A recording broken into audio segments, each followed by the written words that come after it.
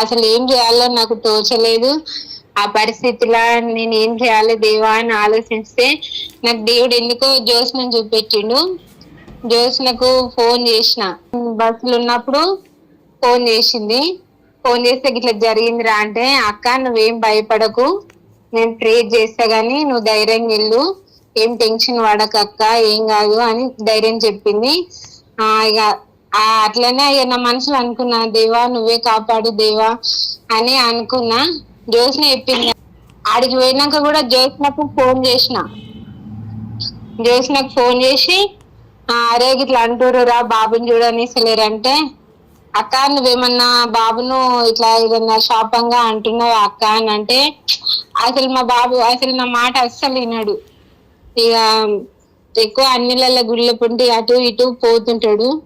అట్లా అప్పుడప్పుడు కోపం వచ్చినప్పుడు అనేదాన్ని, చాలా అవును రా అనేదాన్ని. అంటే అక్క నువ్వు ఒకటే దేవుని క్షమాపణ అడుగు, దేవుడు ఎట్లయినా కాపాడుతాడు అక్క. ఎట్లా కాపాడుతాడో తెలియదు కానీ ఎవరిని పంపిస్తాడో తెలియదు, దేవదూతల వల్లే వచ్చి బాబుని కాపాడతాడక్క, ఏం కాదు నువ్వు అధైర్యపడకన్నా. అయినా నాకు నేను ఫస్ట్ టైం నేను పోలీస్ స్టేషన్ పోవడం, నాకు ఇట్లాంటి అసలు నా భర్త పోయిన కంచి నేను ఉన్నదో లేదో మా అంతలో మేము ఉండేవాళ్ళము.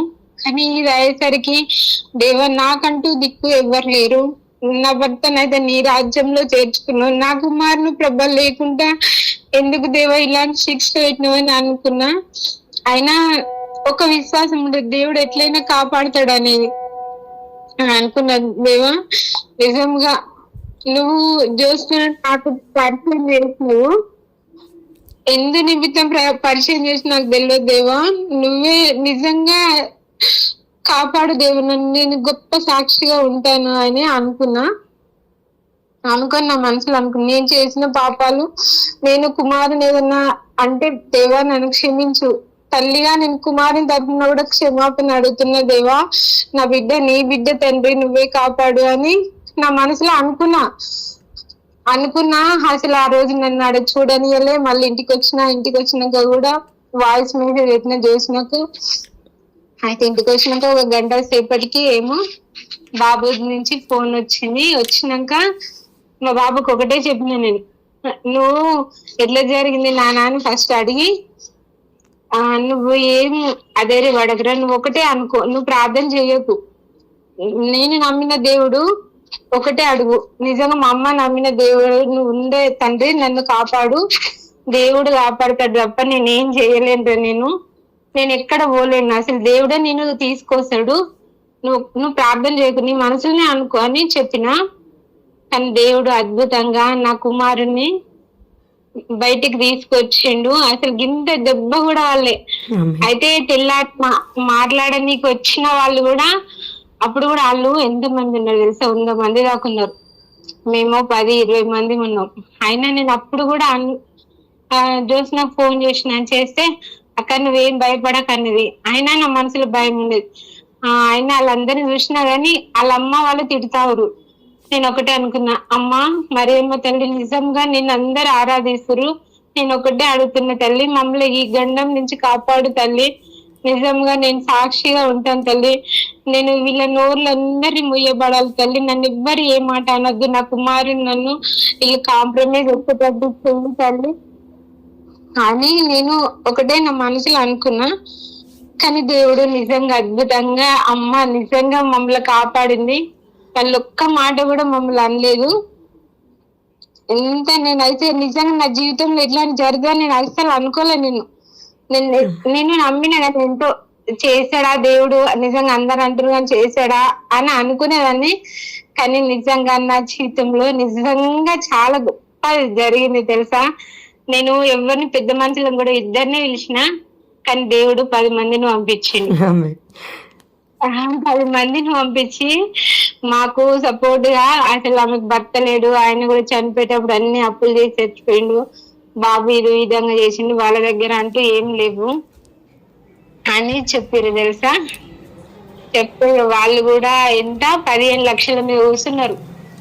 15 లక్షల మీద కూర్చున్నారు. దేవుడు అప్పటికి నేను నా మనసులో అనుకున్నా, అమ్మా మరేమ్మ తల్లి నిజంగా మమ్మల్ని కాపాడు తల్లి గండం నుంచి అమ్మా నిజంగా మమ్మల్ని కాపాడు తల్లి, నువ్వు తప్ప మాకెవ్వరు లేరు తల్లి, కాపాడు తల్లి.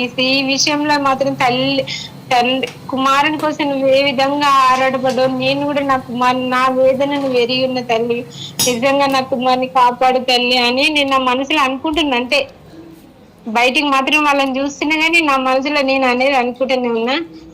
అట్లాంటి వాళ్ళు 7 లక్షల మీదకి వచ్చారు. దేవునికి నిజంగా వందనాలు, అమ్మకు వందనాలు, దేవునికి వందనాలు.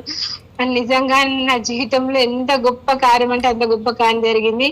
కానీ డబ్బుల విషయంలో కూడా చాలా బాధపడితే కూడా ప్రేర్ చేద్దాం తీయక్క, నువ్వేం అదరేవా అని అన్నది. అన్న చేసి మీ ప్రార్థన వల్ల పైసలు కూడా అనుకోకుండా కలిగినాయి. సగం పైసలు అయితే నిన్న కట్టి వచ్చిన 3,50,000. ఇంకా సోమవారం వరకు 3,50,000 కావాలి. ప్రేయర్ చేయండి. అడుగుతున్న చాలా మందిని ఎవరు అంత కావు అని అన్నారు. అయితే మా ఇల్లు ఉంది ఒకటి, అది అమ్మేస్తా అని అనుకుంటున్నా. దానికోసం కూడా కొంచెం ప్రేయర్ చేయండి. దేవుడు నమ్మకం అవుతుంది, ఇన్ని చేసిన దేవుడు ఇది చేశాడు. ఎట్లయినా మా పక్షం కొంచెం మా కుమారుని కోసం ప్రేయర్ చేయండి. ఆ కేసు కూడా మొత్తం క్లోజ్ అయిపోయేటట్టు చేయండి. నిజంగా దేవుడికి వందనాలు చెప్తా. మీ అందరికి నా వందనాలు. మా పక్షం, మా కుటుంబం పక్షం, నా కుమారుడు చాలా మారాలని, కుమారుడు చాలా మారాలని ప్రేయర్ చేయండి. ఈ గండంలోకి వెళ్ళి కూడా నన్ను బయట పడేయాలని ప్రేయర్ చేయండి. ఆమేన్ ఆమేన్. చెప్పక లాస్ట్ కి ఈ సాక్ష్యాన్ని బట్టి దేవుడికే మహిమ కలుగును గాక. దేవునికి సాక్ష్యాన్ని బట్టి దేవునికి అప్పచెప్తున్నా, మహిమ కలుగును గాక. ఆమేన్ హల్లెలూయా. అయితే ఒక విషయం చెప్తానక్క. అక్క సుజాత అక్క మన గ్రూప్ కి న్యూ పర్సన్, కొత్త అక్క. కాకపోతే అక్కకి చెప్పడం రావట్లేదు కాబట్టి అక్క ఆటోమేటిక్ గా చాలా ప్రయత్నించింది. నేను షార్ట్ కట్ గా చెప్తాను, అసలు ఏం జరిగిందో నేను షార్ట్ కట్ గా చెప్తాను. ఒకసారి మ్యూట్ లో పెట్టుకోరా అందరూ. సుజాత అక్కకి కొడుకున్నాడు. ఈ అక్క వితంతురాలు. అయితే ఈ అక్క వాళ్ళ కొడుకు దినేష్ 20-21 ఏళ్ళు ఉంటాయి. వెళ్తూ ఉన్నాడు కారులో. కానీ 2-3 రోజులే అయింది కార్ డ్రైవింగ్ నేర్చుకొని. ఇంకా ఏమంటారు, ఒరిజినల్ డ్రైవింగ్ చేస్తూ కస్టమర్స్కి అవైలబుల్గా ఉంటూ బయటికి వెళ్ళి డ్రాపింగ్ పికప్ చేసుకుంటున్నాడు అనమాట. తను ఒక చిన్న జాబ్ చేస్తున్నాడు. ఈ జాబ్లో ఏం జరిగింది అని అంటే, అతను ముందుకు వెళ్తున్నాడు కదా, వెళ్తున్న సమయంలో ఎవరో ముందు నుంచి సడన్గా వచ్చారండి. వచ్చినప్పుడు ఏమైందంటే ఢీ కొట్టారు.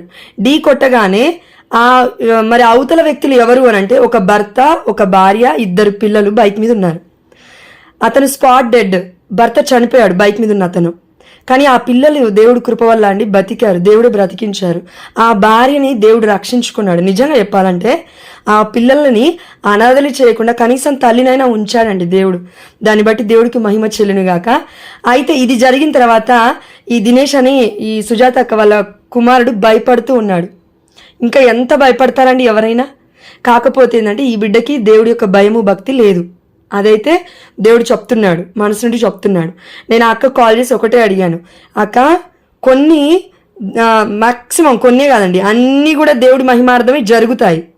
కానీ కొన్ని ఏం జరుగుతాయంటే, కొన్ని ఎలా ఉంటాయంటే అండి, తల్లిదండ్రులు శపించడం, తల్లిదండ్రులు మాటలు అనడము, లేదంటే ఇంకా వీడింతే, ఇంకా వీడు చచ్చిపోయినా కూడా పర్లేదు అనే సిచ్యువేషన్లోకి వాళ్ళు ప్రవర్తన ద్వారా అలా తీసుకొస్తారండి. పాపం తల్లిదండ్రుల తప్పు కూడా కాదు, బిడ్డల యొక్క జీవితం అనేది అలా ఉంటుంది ఒక్కొక్కసారి. అది చూసిన ఈ అక్క ఏమనుకున్నారో ఏమో మనసులో, అయితే మనకు తెలీదు, ఆ దేవుడు తెలుసు, ఆ అక్కకి తెలుసు. అక్క నువ్వేమన్నా తిట్టావా నీ కుమారుని అంటే, లేదమ్మా దేవుడు అంటే భయం లేదు, భక్తి లేదు, కాబట్టి ఇలా తెలిసి తెలియక ఒక మాట అయితే మనసులో అనుకున్నాను అనేసి అనింది. అంటే అండి తను శపించిందా, తను ఏమనిందా అని పక్కకు పెడితే దేవుడు కరుణామయుడు, అప్పటికి కూడా కరుణ చూపిస్తూనే ఉన్నాడు. ఎందుకు కరుణ చూపిస్తాడంటే, ఇక్కడ దినేష్కి ఏం కాలేదు, అవతల ఉన్న వ్యక్తి చనిపోయాడు కదా, అవతల ఉన్న వ్యక్తి కూడా ఎలాంటి వాడు మనకు తెలియదు కదండి. అయినా దేవుడు బిడ్డే కదా. మరణించినప్పటికీ కూడా మనం అయ్యో మంచోడు కాదు మరణించాడు అని అనుకోవద్దు. దేవుడు రాసి పెట్టాడు మరణాన్ని కూడా, అందుకే చనిపోయాడేమో. అందుకే ఆ యొక్క దినేష్ అనే వ్యక్తిని 2 రోజుల వరకు, 1 రోజు వరకు పోలీస్ కేసు మీద తీసుకెళ్ళలేదండి వాళ్ళు. పోలీస్ కేసు ఏం అవ్వలేదు, ఎఫ్ఐఆర్ ఫైల్ చేయలేదు. కానీ అక్క అప్పటికి కూడా ఇంకా పోలీస్ కేసు అవ్వలేదు, ఎఫ్ఐఆర్ ఫైల్ చేయలేదని పోలీసులు చెప్పారంట. చెప్పేసరికి ఈ అక్క హ్యాపీగా ఉంది. దాని తర్వాత నెక్స్ట్ డే దాదాపు ఇప్పుడు చెప్తుంటే విన్నారు కదండి, 100 మంది పైగా వచ్చారు అని వారి కుటుంబ సభ్యులు.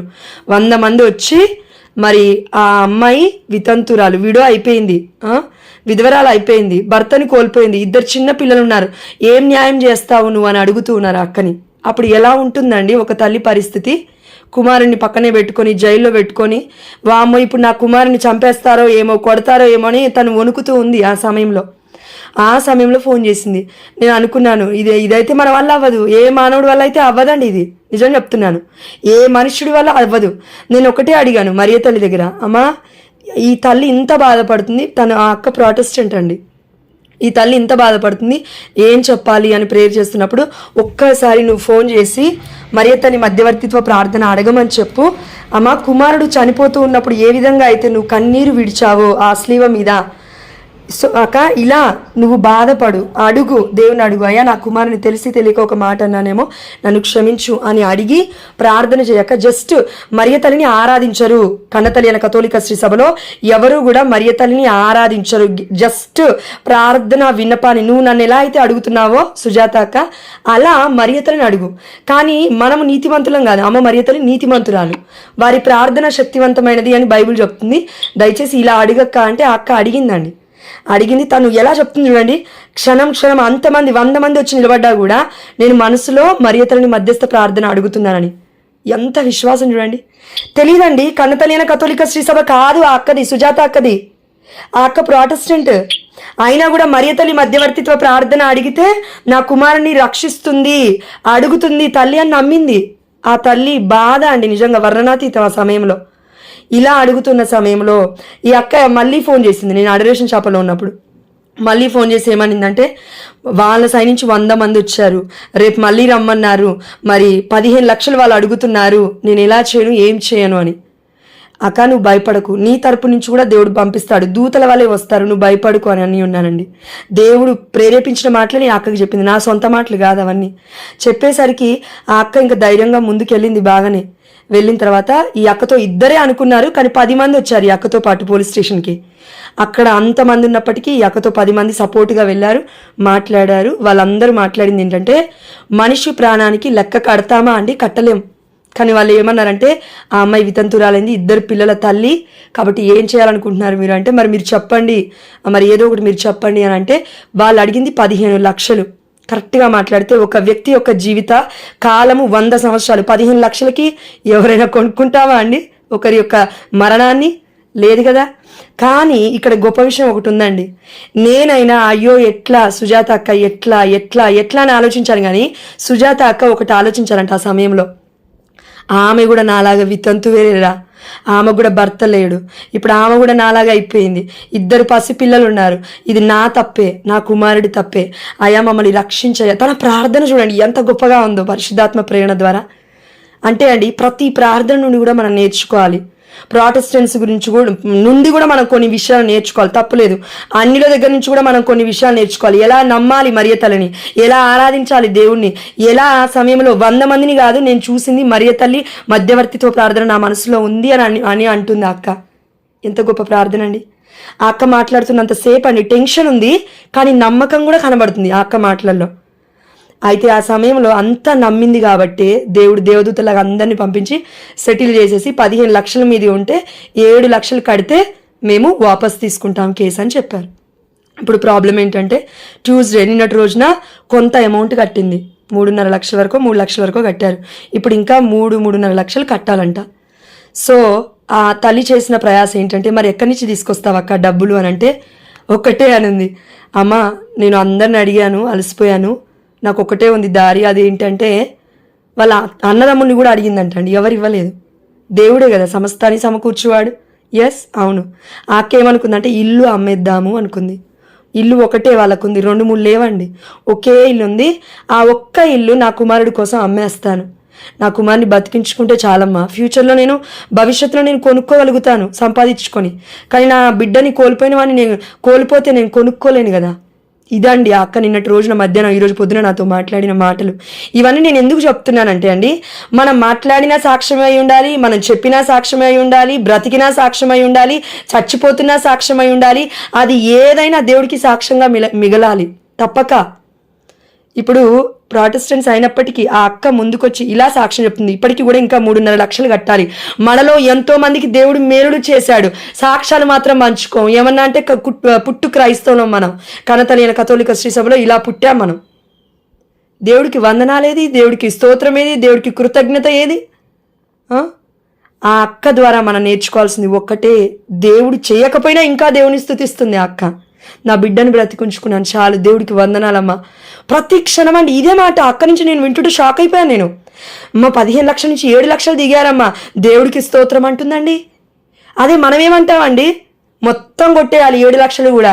7 లక్షలు కూడా నేను ఎందుకు కట్టాలయ్యా? చూడండి ఈ న్యాయం ఎక్కడుంది? ఆ అక్క న్యాయంగా ఆలోచిస్తుంది పరిశుద్ధాత్మ ప్రేరణ ద్వారా. కాబట్టి అండి నిజంగా ఆ దేవాది దేవుడికి ఇంత మంచి మనసుని ఎక్కకిచ్చినందులకు ఆ దేవాది దేవుడికి వందనాలు చెల్లిస్తూ, ముఖ్యంగా మనం అందరము వచ్చే సోమవారం లోపు ఈ అక్క 3.5 లక్షలు కట్టాలి. దయచేసి మీరు ప్రార్థించండి. దేవుడు provide, he is our provider, God is our provider. సమస్తము సమకూర్చువాడు మన తండ్రి. కాబట్టి ఆ అక్కకి ఎవరైనా కనీసం అక్కకి తెలిసిన వాళ్ళలో ముందుకొచ్చి సహాయం చేయాలి అని ప్రార్థించండి.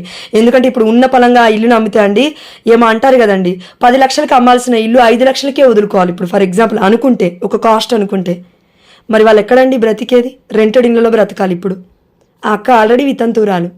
దయచేసి మీ యొక్క పర్సనల్ యొక్క వ్యక్తిగత ప్రార్థనలో ఈ అక్క గురించి ప్రార్థించమని ఇదంతా నేను చెప్పినాను.